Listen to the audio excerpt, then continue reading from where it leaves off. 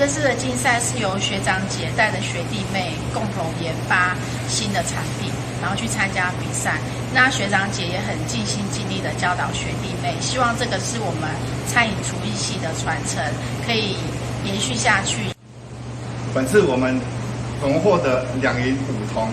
算这个佳绩算不错。那当然也是有进步的空间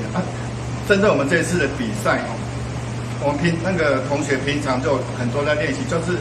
已经既有基础，然后针对比赛我们去做了一些调整。比如说我们的韩式甜点跟欧式面包，当然跟我们上课跟我们外面卖的不太一样，因为我是针对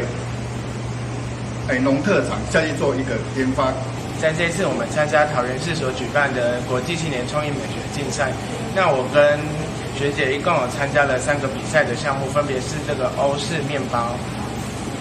还有那个创意马卡龙跟韩式甜点的部分。那我们在这次的比赛，我们前后一共准备了大约2个月的时间。那针对我们这个面包的主题上面做选定，还有马卡龙的这个要有4款不一样的馅料，那我们也着重在这个馅料跟那个壳上面的马卡龙外壳上面的特色。那我们也同时也荣获了这个金鹰奖的部分。那这就是一个比赛单位对于我们这个比赛，然后是很全能的部分，那我们才荣获这金鹰奖，也是非常不容易的一件事情。耶